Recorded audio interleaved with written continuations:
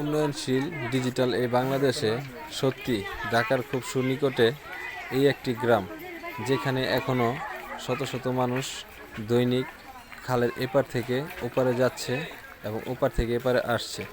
কিন্তু তবুও আজকে এখানে মানুষ সেই অনেক পুরনো ঐতিহ্য বলতে পারেন, বা এটা আমাদের গ্রাম্য একটি চিত্র হতে পারে। সেই বাঁশের সাঁকো দিয়ে আজকে এখনো শত শত মানুষ চলাফেরা করছে, মহিলা ও শিশুরাও চলাফেরা করছে।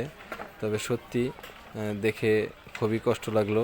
এখনও ঢাকার সুনিকট নারায়ণগঞ্জ ফতুল্লা থানার আওতাধীন কুতুবপুর ইউনিয়ন ভুইগড় গ্রামে এখনও বাঁশের সাঁকো দিয়ে শত শত মানুষ, নারী ও পুরুষ, শিশুরা সহ খুব রিস্ক নিয়ে যাতায়াত করছে।